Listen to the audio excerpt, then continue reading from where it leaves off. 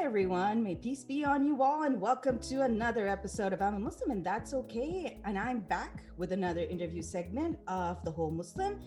And with me is a very interesting guest of mine, one whom I probably would have never encountered on my own. It was a very chance meeting 2 years ago when I went on the Muslim pilgrimage of the Hajj. And you got to do it once a year, got to do it right, do it proper. And what most people don't realize is that most Muslims do not know what they're doing when they're going for Hajj. So that's where it's true, Tom, it's true.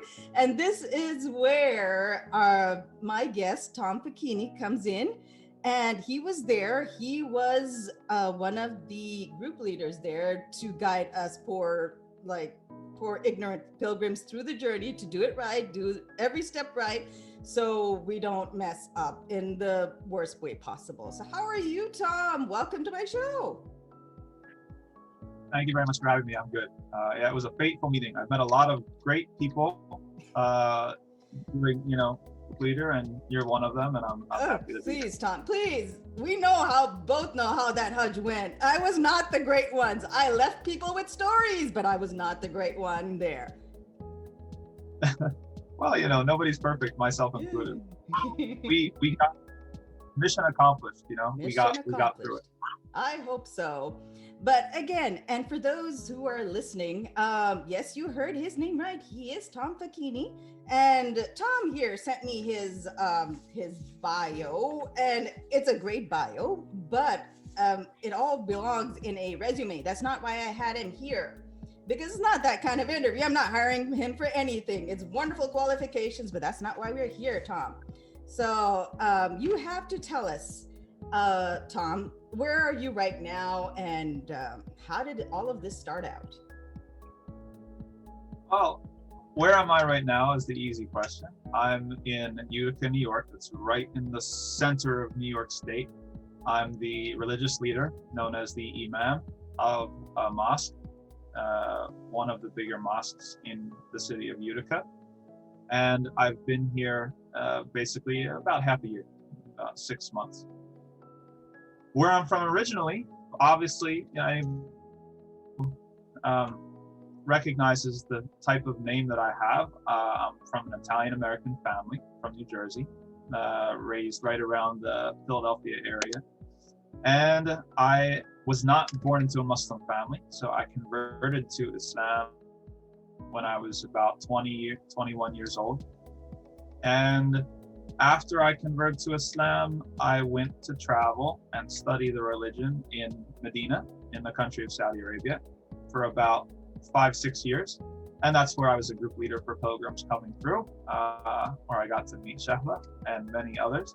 That's not why we're here, Tom, though. That's not why we're here. I'm going to rewind a bit, Tom. I hate to cut you off, but we're going to rewind a bit. Here's the thing. Most people, when they see Muslims or hear of Muslims, they see someone like me, like the short brown person or short brown woman with a hijab. They do not visualize someone like you. Let's be honest about this. So it's really hard for even people who are Muslims to picture you as you are, with your name, your background, to picture you as someone who is Muslim. I want you to tell us what drew you to Islam and why did you convert? That's a great question. Okay, so that gets into the main what you're. I mean, it's a long story. I'll try to give a synopsis. There's always kind of more detail. There's different sort of side quests and things like that, but with everything, I think when people make a change in their lives, there's always like push-pull factor, right? So there's certain things that draw you in to something, and then there's other things that push you, that you're kind of ready for a change, right? So I was raised in the church as a Christian. I was a very good Sunday Christian, right? I was in the Bible studies and you have to tell me, Catholic or Protestant? I mean, that seems like an obvious question, but I have to ask. Well, no, it is interesting because my family's Italian, but my father is Catholic and my mother is Presbyterian.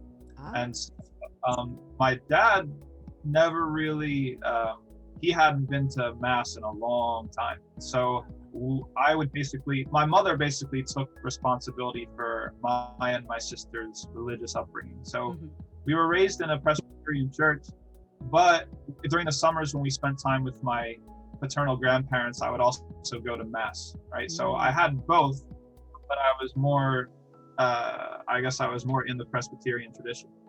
So I was like front row center, every single Sunday. I was very devout. I remember getting my first Bible when I was 12 years old and trying to actually like read it like from front to back. Wow. And I wasn't able to ever perform that feat or accomplish it, but I tried a couple different times. I always got stuck around like kings and judges, a lot of very dry. Anybody who's familiar with the Bible will know it's like, wow, okay, yeah, it gets a little bit dry. But I was somebody who cared. I was somebody who cared about the faith. And even when I was young, I guess I was looking for a sort of level of commitment that I didn't see very many people around me kind of practicing, right?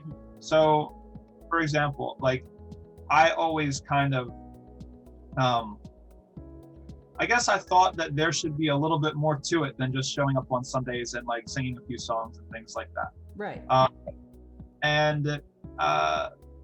I was always kind of drawn to do more. And so I applied myself. I was, like doing the best I could. But there were things that happened as I got older and became a teenager that basically I became alienated from the church I was at and even Christianity in general. There's a couple different things. So like, for example, one of those things, the Presbyterian church has a, what's called a triennium. It's every 3 years, they have like a youth conference, and it used to be held at Purdue University. Right. And so each church like selects one or two of their like whatever, like their, I don't want to say like the cream of the crop, but like, maybe like one of their favorite like young people, and they send them there as like a representative. Right. So I was on the young end of that. I was like maybe 15 years old, I think. And I was chosen to go, and so I went. And like I was very like innocent and prudish, right, at that point. And I was kind of shocked at what I found when I went there, because as you can imagine, I think the age was like maybe 15 to 20 or 15 to 21. Right. And like, hormones are raging. You've got a bunch of young people getting together. Yeah. Oh yeah. Like there were people hooking up, there were people sneaking in alcohol and like all this stuff. And this is like the people that are handpicked by their like congregations. It's not like if that's what they're, then you imagine what like the other people who didn't get picked are doing, right? So that was a shock to me. I was very, very shocked. That sort of stuff was not on my radar at all. Right. And when that happened to me, I was just like kind of like, it's like look at things very kind of like differently. Right. And then I think I think the other major thing that happened that affected me becoming a teenager was 9/11. Most people my age, I was in 8th grade when 9/11 happened, and before that I had no exposure to Islam, to Muslims, to anything. Like it was not on the radar at all. Right. My community is like working class Italian Irish neighborhood. It's like so it wasn't on my radar. All of a sudden now, there's these people somewhere in the world, and an attack happened, and now we're talking about going to war and the other thing. And it was kind of crazy because there's this whole sort of world out there, and I was very, very ignorant of it. And I guess that was kind of that was eye-opening to me in the sense that I realized that I had a lot to learn and that I was pretty sheltered. So that was kind of like, I guess, something that politicized me. Like I started caring about these sort of things. I started reading a lot. I started reading a lot of history and reading a lot of other stuff. Before that, it was like, I got good grades in school, but I didn't really care. I just wanted to play video games when I got home. But now there's like skin in the game. We're talking about life and death. We're talking like, things that matter. And so I felt at least a duty to be informed. So I read a lot, and the more and more I read, the more I became kind of sympathetic, I think, politically with Muslims. That's interesting, Tom, because here's the thing. That was a time that was, it was pretty risky for us. And I was there. I was much older at that time. You were very young at that time. And it was a time when I remember traveling a whole lot back and forth from the US, and it always was dicey. So it's interesting to see that where a lot of people were going to one extreme, where we were all bad, that you could see that it wasn't all bad. I give you credit for it at such a young age, especially. Maybe it's easier for people who are younger because, when you're a teenager, you like ready to question everything. It's like you're trying to forge your own identity. I was trying to forge my own identity from who my parents thought I was. I was trying to be like kind of cut my own path. And then this thing happened. And so like, all the stuff with like, if it wasn't apparent between 2001 and 2003, it really became apparent in 2003 with the invasion of Iraq, right? Like that was the really big. I actually went and like attended I was still a teenager, but I went to like some protests and stuff like that against the invasion of Iraq, because at that point it just seemed like really silly and stupid, right? It seemed like the United States was just a bully, and this was very, very foolhardy sort of aggressive stuff. So all of that, I guess, what to say is like very much like kind of developed like my sympathy for Muslims as a people. I still didn't know anything about Islam. I didn't care anything about Islam. You were very young, Tom. Again, it was, to care even that much I would see it as a big deal. Alhamdulillah. I don't know why. I just did, and it bothered me. And so like, it's also, my mother used to tell me that I was very contrarian, right? And so maybe she still tells me that sometimes. So because my town was very conservative, right? Like, so like 3 Medal of Honor winners, like, small conservative working class town. And so I was also kind of like, I was definitely you stood out like a sore thumb. Let's put it that way. I was a little bit of a rebel. Yeah, I was a little bit of a rebel going through. Or at least I became one, right? Like I used to argue a lot with my history teachers and tell them they didn't know what they were talking about, this and that and the other. Really. And so basically, my sympathy developed, and then that actually ended up being significant also within my church. We went through like several pastors, like through a period of years or whatever, and I'll never forget, I think it was 2006, and Israel had invaded Lebanon and was kind of like clearly an aggressor there. And because I was kind of politically now conscious, I was like reading about this stuff and I was passionate about it. And then I'll never forget, the pastor, gave an actual like a sermon about supporting Israel and against like basically the Muslims in the area. And I was just like steaming mad like the whole time in church. And then I actually went up to her and asked her after, like the whole service was over or whatever. I was like, how could you like say that? Like why would we like support like this group of people over that group of people when it seems like one is clearly the aggressor over the other? And her response to me was so idiotic. She said that, well, Jews believe in the same God that we do and Muslims don't.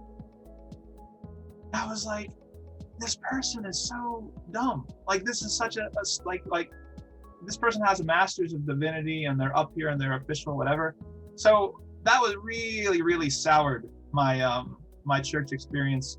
And from then on out, I pretty much was like, I'm good. I'm kind of done with religion for a while, like, yeah. Like this is like ridiculous, like whatever. I thought of myself as an atheist for a while. I used to like, similar with my politics, I like to kind of bother people and argue with people and stuff like that, and kind of, these sorts of things that young men, It was the age, Tom. It's the age. It's a lot of age and like you knew some of how things work, but not all of it. That's what it this way. Oh, but when you're 18, and you're a young guy, you feel like you got it all figured out. It's like, but so basically that's where I was when I graduated high school.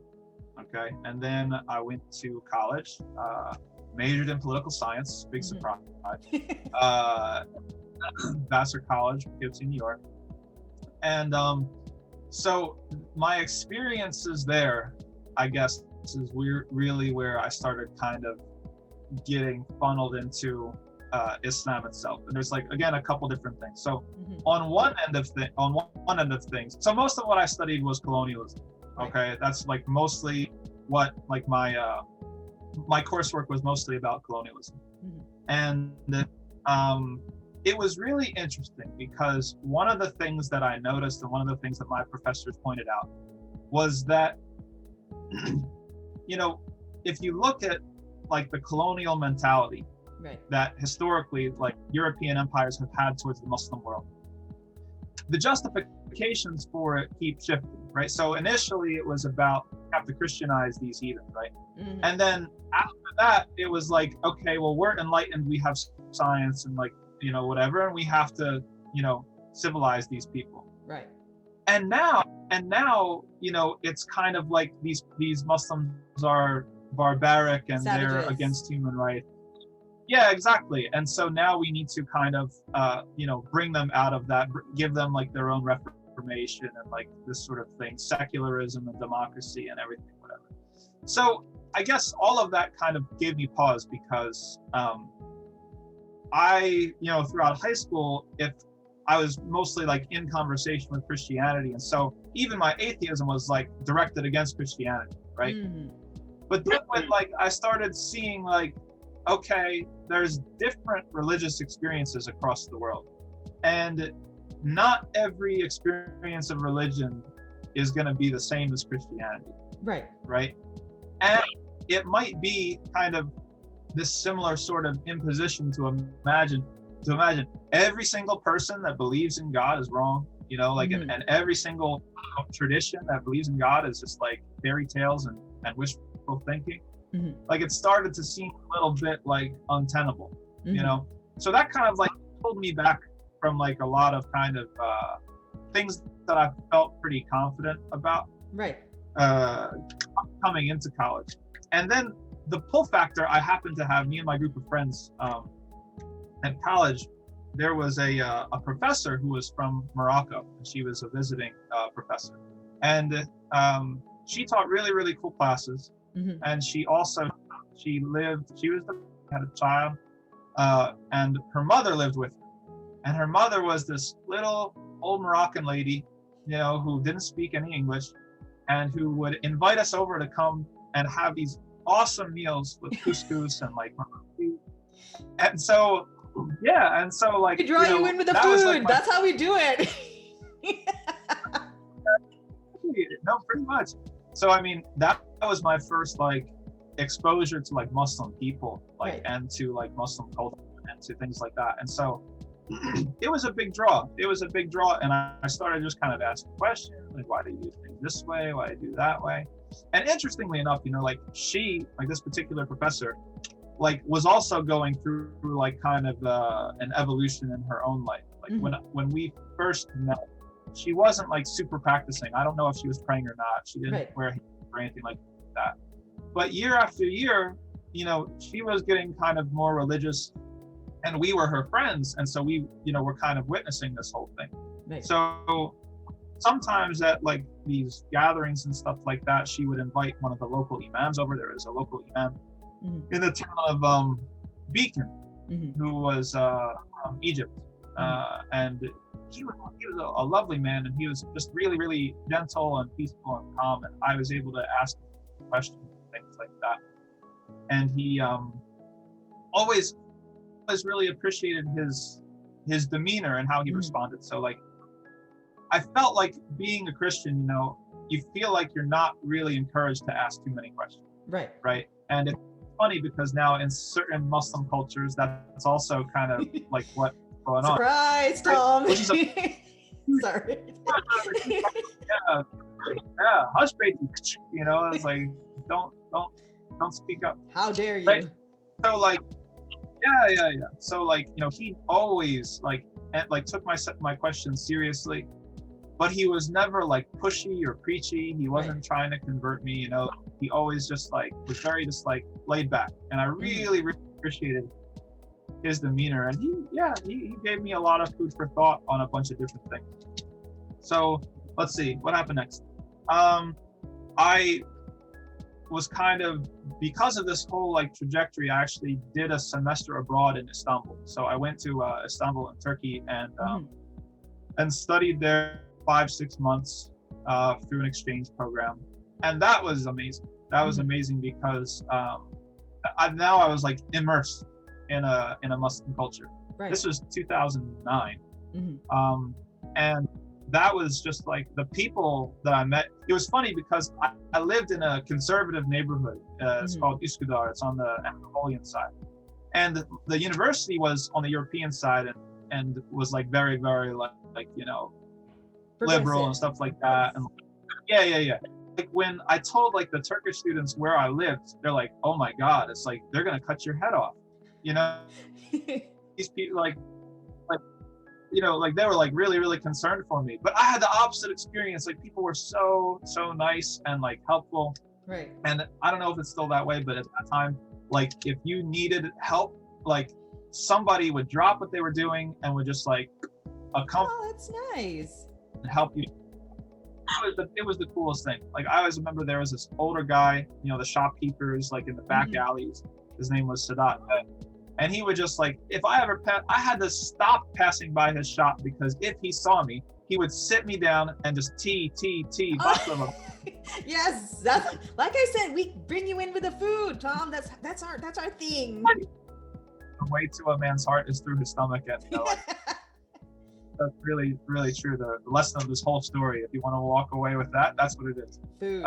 So yeah, pretty much. So that I really had a good experience in Turkey. When I came back, I was I had sort of this resurgence in religious affinity, okay? Right. But I didn't have a clear direction for it. So in the beginning, I wasn't necessarily considering Islam itself for myself. I was trying to get more educated about the monastic tradition within Christianity, things like that. But whenever I tried, it all seemed so convoluted and so kind of inaccessible. Right. That's right. There's a saint day for this day and that day, and there's a million saints, and they have their different feast days, and there's this penance on this day and this penance. It was very, very convoluted. And it's you pray to Saint Francis if you lose something, and you pray to this with these different kind of outsourcing kind of God's capabilities to different Wow, I didn't even know that. I mean, again, I didn't grow up with that, so that's interesting. No, that's the Catholics. The Catholics are big on the iconography and the saints, and the saints so I had this affinity that was growing, but I didn't have a clear direction for it.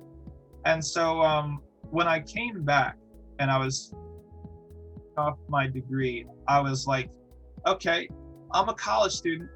I'm interested in Islam. What do you do if you're a college student? You're interested in something. You take a class in it, right? Isn't that what you do? Okay. Right? Yeah.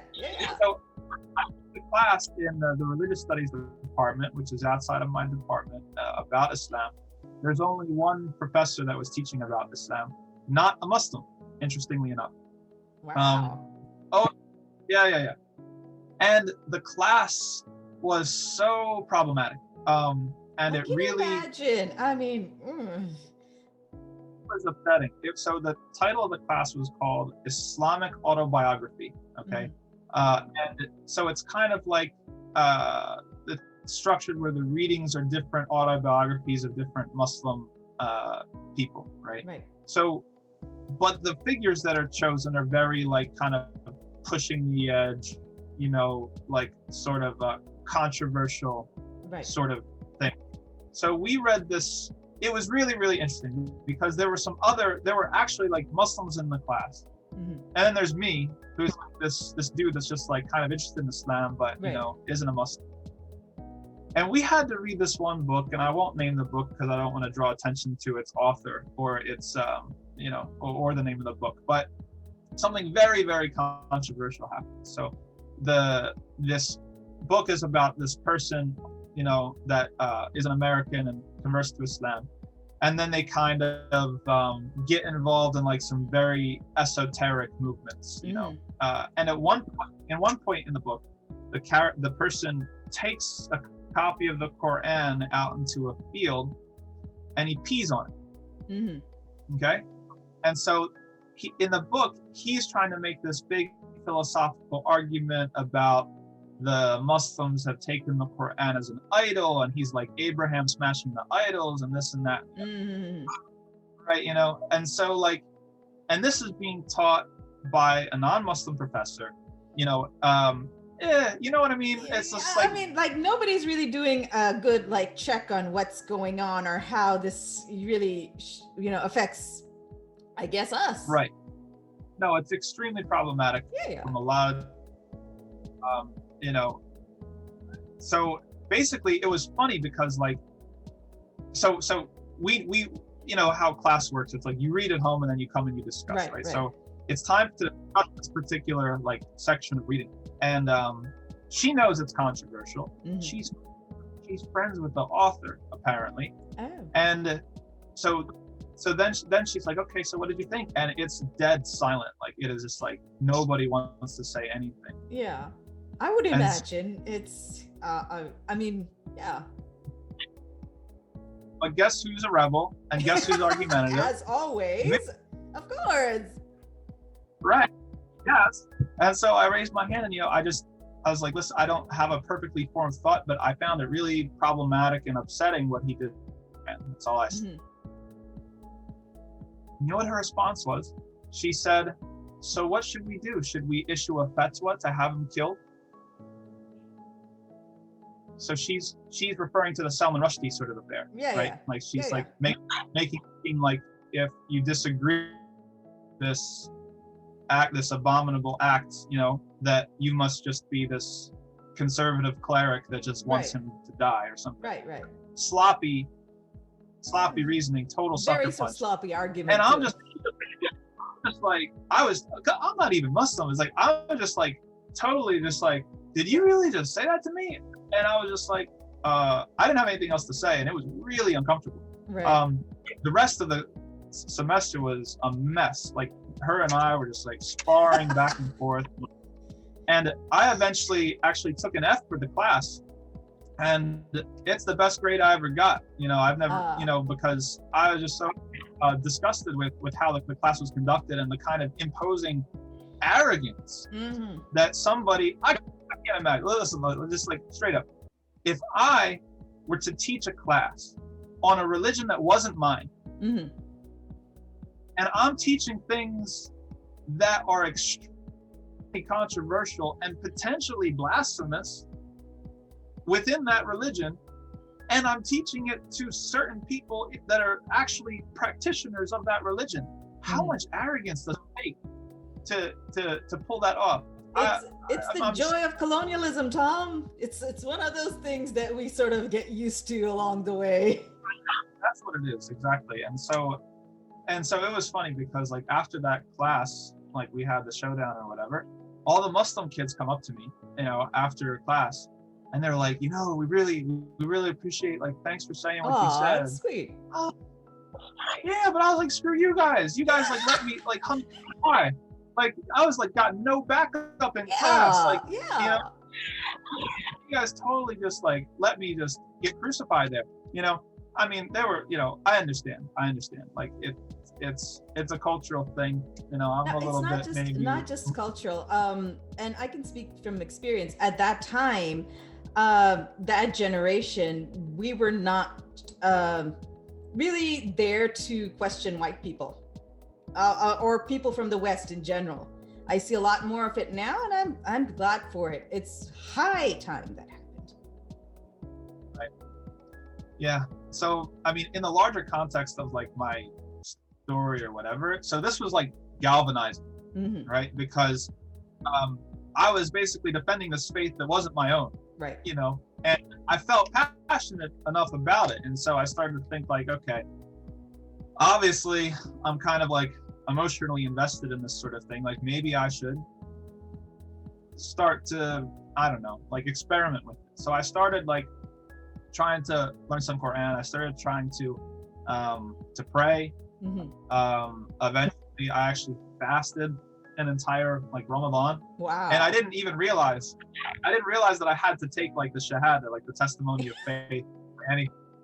So like this professor of mine, like the professor that was Muslim, it's like she knew that I was doing all this stuff, and I'd ask questions, and she'd actually teach me some Quran and stuff like that. But it kind of was like filling that need that I had way back when I was a young person about like something more. Right. That was being, right? It's like, it made sense to me that we should have to pray 5 times a day. Like it made sense to me we should have to fast. Like these sorts of things seem like weighty enough, right? If we're talking about like actually proving your devotion and your commitment to God and like actually working on yourself, it's like this should be like bare minimum stuff.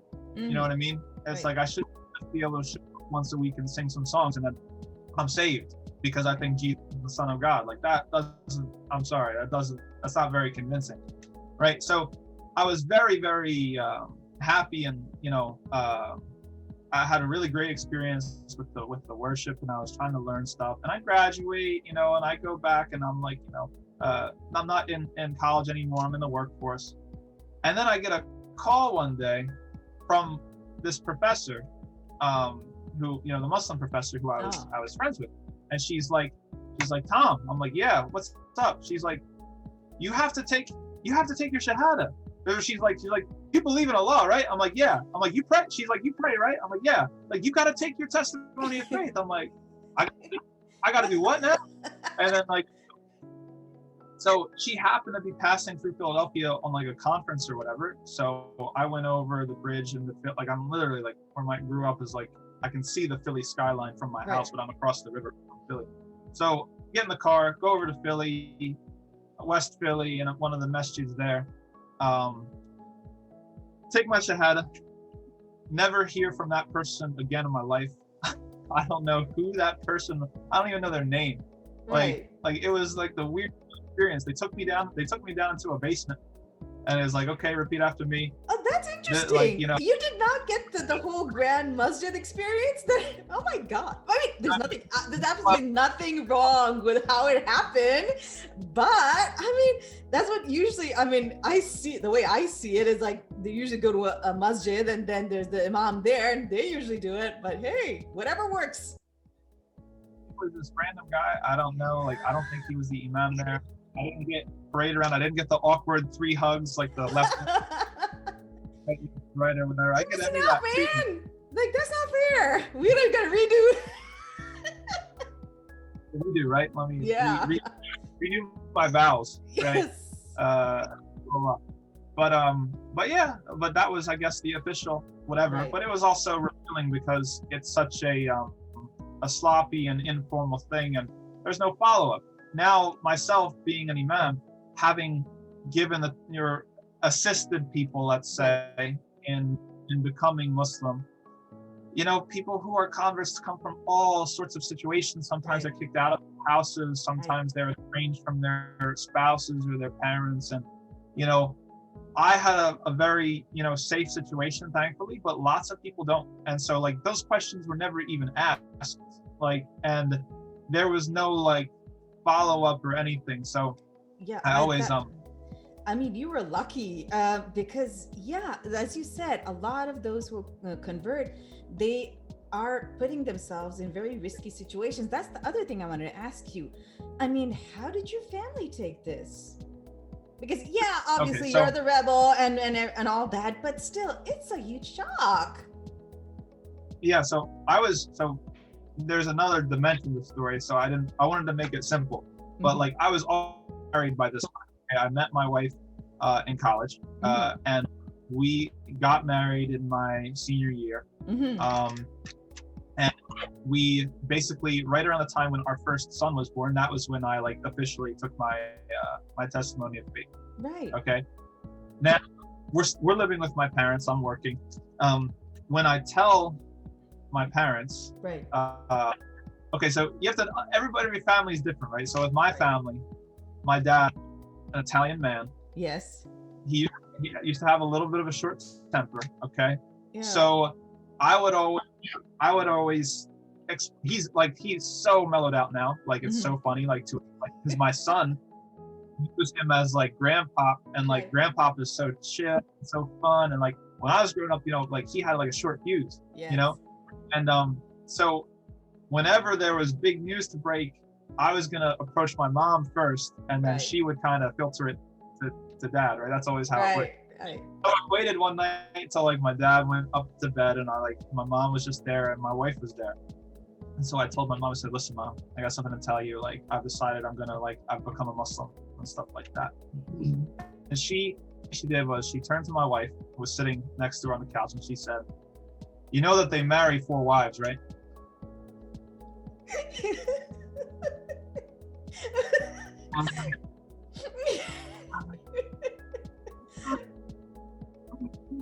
What are you doing to me? It's like, and my wife like didn't like wasn't a Muslim. She wasn't like necessarily interested or whatever, at that point. And it's like really, it's like, but it's really interesting because when I look back on it now, because my mom had taken so much responsibility for my religious upbringing, I think she felt like a failure. Like her understanding. That's what I would think, because I mean, she took the burden of your faith on her, and then you turn around and it's a completely shifted thing. Exactly. So she really, she was acting out of hurt in that moment, and then later, kind of like blaming yourself kind of aspect of it for her kind of became more apparent. She understood that she had sort of failed. She had no idea what I was like, maybe I was part of this. She had no idea, right? It's a huge shock, Tom. I mean, I don't blame her. Quite frankly. I don't either. And my dad was way cooler about it than I thought, because the thing is, my dad didn't have any leg to stand on. He hadn't been to mass in like decades, so it's like, so he was like, well, he said something that really surprised me. He was like, I pray about 5 times a day, so whatever, like, or something like that, It was like really like. That was pretty cool. I mean, yeah, that's interesting. I know friends of mine that were kicked out of their houses, so it's like I am very, very thankful. My parents have been very, very supportive. My wife has been very supportive, like from the beginning, right? That's like, the other thing I wanted to ask you, because you were going through your, transformation with her. How did she feel about all of this? Pre-college, post-college, all of that? Yeah. Well, so it gets messy. So there's another detail that I left out about the conversion experience that was like very sad and unfortunate. When I went down into the basement, and I made my testimony of faith in Philadelphia. I come back up and my wife's there, and there's this other lady who's there who is also a convert. I gathered from what she said, and then she turns to my wife and she asks her, she's like, "Are you thinking about converting too?" And my wife was like, I'm still thinking about it, like, very non-committal sort of thing. Right. And then the lady says to my wife, she's like, "Well, now every touch between you guys is haram." Oh. And I was like, who does that? Who does that? It's like, who are you? Like, you're so like, talk about like a bad first impression and experience with the faith. It's like, are you out of your mind? And like, first of all, it's like, now looking back, spent 4 years in studying Sharia law and stuff like that, and what did you read? It's like, what were you even like? You You'd didn't be surprised. even Our ask sources, Tom. You'd be surprised. Or Facebook.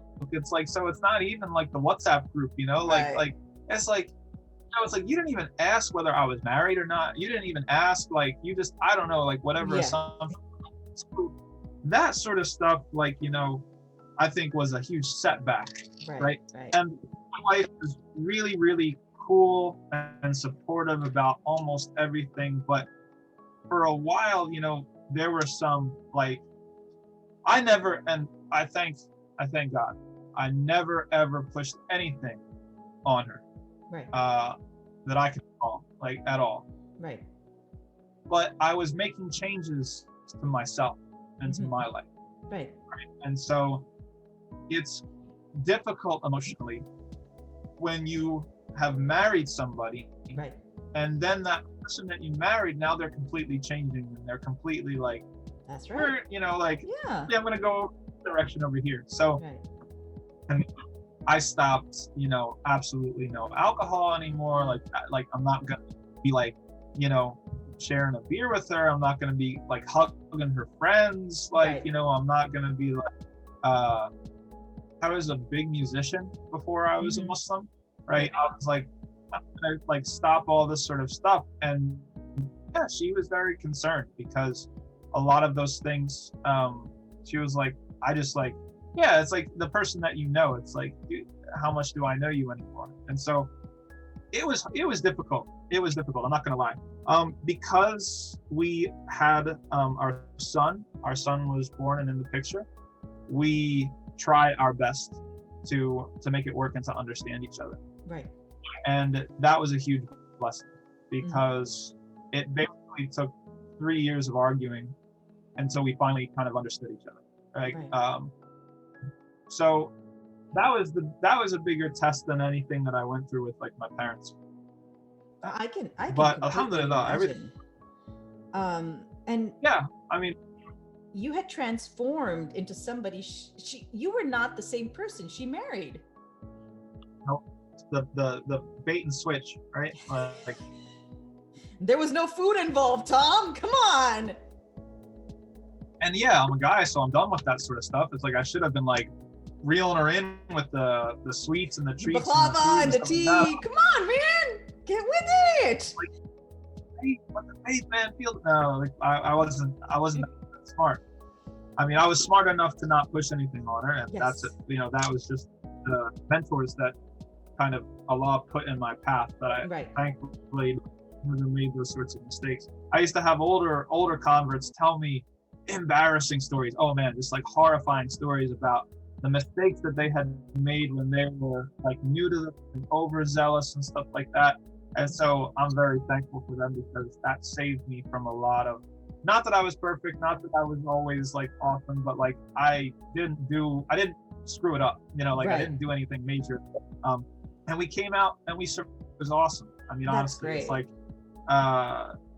yeah, I mean, it took a lot of work, we joke like these days, like we joke, we're like, marriage really gets good in year 10. That's kind of like like, because for the first 3 years, it was like a war. And after that, it was like really up in the air. So we moved around the country. I was doing different jobs. First, I worked in restaurants, and then I worked on farms. And then I kind of decided at one point, with some advice from some of my mentors, that I should try to apply to go abroad and study the religion, So I applied, but we didn't know what was going to happen. And my wife was still not a Muslim, right? And it just so happened, that all of that kind of just happened together, right? I got kind of accepted to the program that I went to right around the same time that she decided that she was going to give it a shot and become a Muslim as well. Wow. Yeah, it was major. But yeah, I mean, I can see the problems in that since you would not be there, and you basically that she's all alone, and it's a lot of things to navigate. I have just like so much to just indebted and thankful to Allah for just, you know, everything unfolded in such a beautiful way. And it didn't have to happen like that. You know, it could have been a lot harder, but I was spared for some reason. I don't know why. Nothing I did to deserve it. But even then, even at that point, like it wasn't a sure thing. Okay, she became a Muslim. But like at first, so I went to Medina in January 2015, and it takes a lot of legal work to get them like approved to even come over. And they weren't even like, wife was like, yo, I don't really want to be in Saudi Arabia. Like, I'm not kind of like feeling that vibe, you know? It's like women can't drive, you know, now they can. But it's like, I gotta wear like this like black, you know, like all black all the time, you know, sort of thing. It was not an appealing thing, and I couldn't blame her. I wanted to be together for, you know, my own sanity and selfish reasons, but I also couldn't blame her for not being enthusiastic about wanting to come. So like, you know, she was living with, you know, her mom at the time, and we're like, you know, doing our whatever, our WhatsApp calls or our Skype calls or whatever. And it's like, yeah, I don't think I'm gonna come, and all of a sudden I'm like, okay. And that hurt, but I just didn't listen to her, and I kept on pursuing the legal pathway to get them to come anyway. And even that was something just like divinely ordained. You know, by the time I had everything figured out, she was like, okay, you know, maybe, you know, we really need to prioritize being together, and so maybe I'll try it and see what happens. So it took me about 1.5 years to get the paperwork approved for her and my mom to come over. So I spent my first 1.5 years there, and then they came over, and we spent the last 4 years of my program there together. Right. And then you came back. That's my story. No, but I gotta ask you, like, hold up. Like, here's the thing. Us, like, you know, the peasant Muslims that we're born into these Muslim families, we don't like, I mean, let's be honest, we know bare minimum. Okay, that's what we're going for. Why did you go further? I mean, that's what I'm reading over this bio. I'm like, I don't even know what half of this means. What is that? And you went full force into it. Why? I mean, I've always been like I want to know, right? Okay. I wanted to, and I wanted to, like, so I had an option, right? Because I had graduated with my first bachelor's. I kind of thought, okay, maybe I'll go like the Western academic route, where I'll go into like Islamic studies program or something like this, or area studies, Middle Eastern studies, whatever. Right. And I considered, and I applied to some programs, but two things happened. First of all, you know, it was the recession. That was 2011. Yes. So a lot of programs were like pulling back. It's like, listen, like we're kind of like, we don't have money for anybody, and you know, don't get your hopes up. So I did get accepted to places, but I didn't get like any scholarships to places. Right. So with a young family, it wasn't going to square like the finances of it. But then also like I, you know, I kind of just like my heart wasn't in it. Like I really wanted to, because of that experience that I had in that class, right? I was afraid that I was going to get myself into another situation where I've got somebody who doesn't have any stake in this faith trying to educate me about it, and I'm going to end up with this kind of action of whatever. So I'm like, okay, it's like, let me try to see if I can go as directly to the source as possible. And it's like, if I can learn Arabic and read Arabic and understand Arabic, then I can study these things myself. I can go back to the literature. I can I don't have to depend on somebody to translate it for me and spoon feed me and then give me their own kind of wow. You know, that's a lot of dedication, Tom. Let me tell you that. Whew. Dedication and foolhardiness, like, in what I don't know, like it's an equal mixture of both. But I was just like, you know, so let's do this. And I actually started teaching myself Arabic before I went. I started teaching myself Arabic while I was working, like maybe like the 2 years leading up, where I was waiting to get accepted to the program. I got pretty far. Like I actually finished the curriculum that they teach there, once before I went there. So then when I went there, I kind of did it a second time. Right. Not the Islamic part, the Arabic language part, right? Because over there, if you're not a native Arabic speaker, they're going to put you in the Arabic program, and then once you graduate from the Arabic program, then you go into the 4-year, college, whatever one you. I get it. Yeah. So I did basically the Arabic curriculum twice, once on my own and once over there. Right. And I went into the field of Islamic law. Just because, I wanted to be able to access that stuff myself. Right. When you're a convert, everybody wants to tell you what to do. Oh, yeah. Like, no, do it that way. No, do it that way. No, this way is wrong, that way is wrong. If you don't have the ability to go back to the sources yourself, right, then you're just dependent on, it's like, okay, all right. And you're trying to figure out, like, 10,000 opinions, basically. Someone's trying to tell me to fold my prayer rug, I'm done praying, and someone's trying to tell me to leave it to unfolded because the devil's gonna do something. I don't, all these. Oh, you heard the best ones. All these sorts of superstitions, and you don't know. It's like, did this come from the prophet? Did this come from this? Like, where did this come from, right? So I was like, listen, it's like, if I don't go and learn it myself, I'm gonna spend my whole life kind of like wading through, like not knowing, can I trust this? Can I not trust this? Like, so that was important to me, and I didn't really have a ton of prospects in the U.S. at the time anyway. Like I said, it was the recession economy. Right. It was not promising. So you know what? Let's just go for it. And I'm thankful it worked out. And then you've just recently, you graduated 2019, right? And then you came back. 2020. 2020. 2020, yeah. I came back in. I graduated spring 2020, and I came back in the summer. Yep. Oh, okay. And then now you're in New York. Now in New York as an imam. How is that for you? I mean, after all of this, okay, being a convert, doing your studies and everything, now you're in a position basically of leadership, of Muslim leadership in a masjid. And how is that for you? Yeah, that's really interesting. I mean, I should say that I love the community that I'm a part of. I think it's the best community I've been a part of. People are very, very calm, respectful, and all this. Because I've been other places and there's quite a bit of drama. And so much drama. There's always going to be, there's always going to be some people that look at you as a convert and this guy doesn't really know what you're talking about. Like, how could you know more than me? It's like, not that I am not, I'm a beginner, it's but, if you study a little, some people will treat skepticism than they will somebody who's from their own ethnic background, for example. Right. And that's the hard part about being a convert. And plus, I mean, you know what you're doing.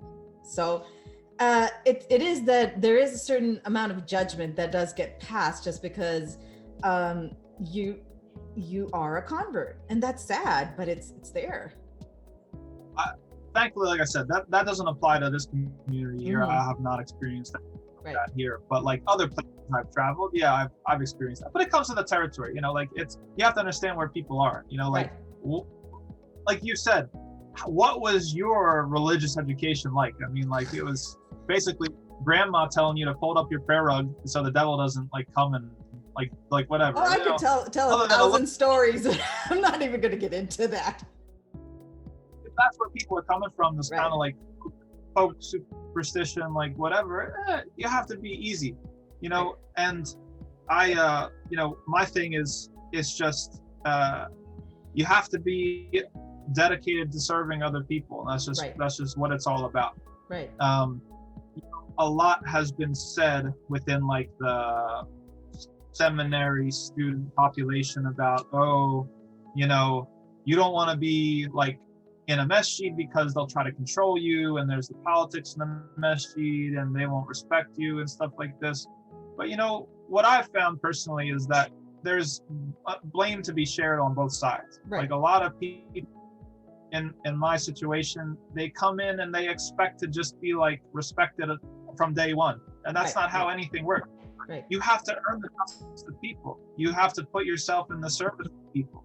Right. And some people, some students are like, oh, well, you should get a side job and then just do dawah and Islamic stuff like for free. Right. Maybe that works for some people, but I'm just like, if you go through all this training, Right. you know, it's like you want to be using it 100% of your time, or at least the majority of your time. You want to be, you know, on the ground level, meeting with the people, you know, like helping them through their stuff. It's like, when you're the imam, you're there for everybody's major life events. You're there for the births, you're there for the deaths. Right. I'm washing your body. Right. If you're, you know, lots of non-Muslims don't understand. Yes. We have a ritual kind of body washing that we do as Muslims, similar to the Jews also have a similar ritual sort of thing. Like, I'm there for your marriage. I'm like, that's the imam is supposed to be like a constant kind of like reference and presence in your life. Right. And there's so much beauty to putting yourself in that situation of service, you know, and it's the only sort of thing that's going to demand that you use all your skills and all that you studied and bring it all together. And it's also going to do the spiritual work of keeping you humble, because you're going to teach you're going to teach the smallest chapter of the Quran to this, you know, 5-year-old kid who's going to just like, you know, looking over here. He doesn't care. His mom made him come, you know, like he doesn't want to be there. Whatever, you know, like that's part of your spiritual training. Like you have to be humble. You have to be, you know, it's not about, you know, this grandiose sort of project, you know, you're not going to like save the whole Muslim ummah, you're not going to save the Muslims of America. You're just there to serve a community and to be there for them and be there with them and build relationships and try to just make their religious lives a little bit more enriched. And I think that's exactly what I wanted, and that's what I think should be the goal of students when they go abroad, you know, as you know. But so I'm happy. I love it. Like, it's not without challenges. Like, you're on call 24/7. 24/7. Everyone knows where you live. You know, it's like people knock on your door, knock on your window. You know, like. You know, I mean, I feel bad for you guys. It says, like, I see it all the time over here as well. You're on the masjid. The imam is the first person they grab after the prayer. Oh, I have this problem. Can you help me? You know, that sort of thing. The amount of knowledge that you're asked to be able to recall, like on that, is a little bit not fair. Like, you know, it's like, because there's a lot to Islamic law, you know, and that's like my specialty, but it's not like some things, like it's like, okay, let me go back and let's look that up in like the books, you know, like like sometimes you're like expected. It's like, okay, like what about zakat on my 401k, and what about this stock option? what about mortgages, and what do we think about life insurance? And like, you know, we could from like here to there, you know, within and it's like, most people, you know, don't. Most people don't have that. Yeah, it's a very heavy responsibility. You know, I give you and everybody who does this job full credit. It requires a lot of patience. I mean, it's coming from somebody who personally does not like interacting with people too often. So, I mean, it's a lot. It's a lot to take in when you have people demanding not just, you know, information. It's a lot of spiritual work, as you said, that, you know, you lead the prayer 5 times a day. There are other rituals that are part of your responsibility. It's a lot of work. So I mean, that's the thing. And even at the end of the day, if you can walk away and saying, yes, this is what I want to do tomorrow as well, like, full kudos to you, Tom. Full kudos to you. You know, it makes everybody's life better. That's the thing. It's like being able to come into the mosque, and things are different now with the pandemic, but like in non-pandemic times, it's like to be able to go someplace and you know you're going to find a smiling face, you know, you have it, sit down and have an interview with somebody, you know, like that's what community life is supposed to be. And that's like the imam is supposed to like facilitate that whole vibe, you know, like, and so yeah, I mean, it's value added, right? It adds value to life, and it's nice to be a part of that. Most definitely. And I mean, that's the incredible part of it. And thank you for sharing that story. Not that story, but your story with us, Tom. I mean, I mean, did you ever see yourself when you were younger? You know, that rebellious teenager, where you are right now. It seems like really like the exact opposite of where you thought you're going to end up, but here you are. Yeah, pretty much. Yeah, I mean, yeah, that's how things unfold, and you just kind of have to put one foot in front of the other. You know, like I've changed a lot, but at the same time, you know, we believe that everything happens for a reason, and even everything that happened to me along the way, I ended up using it in some way, and some now. Even my like experience being an atheist, my experience being like whatever, it enriches my ability to connect with people because I know what it's like. Even with Muslims, listen, when I first became a Muslim and I worked like 12 shifts, I was making up prayers at the end of the day like a lot of Muslims do. Not praying the prayers on time. I know what it's like. I'm not, you know, born on a mountain in India, you know, and I just came down and I'm like going divine to from like the beginning. Here. No, I really know what it's like to struggle with your faith. I know what it's like to negotiate the different expectations that are coming, you know, from different aspects. And many Muslims, they're not too different from non-Muslims. Like there's certain cultures, maybe not in the South Asian culture, but in other places where you know, if you start to wear hijab, they're like, whoa, what are you doing? This is too extreme. You know, it's like if you start praying, you know, it's like, whoa, slow down, you know, like this is too much, you know. So you know, we can relate to that because it's a very familiar sort of experience. No, I mean, exactly. That's the thing. I think what most people take for granted, especially those who are not Muslims, but also those who are Muslims, is that all of our experiences are so different. How we get to where we are, there's always a story behind it. And thank you again, Tom, for sharing your story. And thank you to my audience for listening in and viewing me on YouTube. So until next time, I'll be here with another story. So you take care of yourself and may peace be on you all.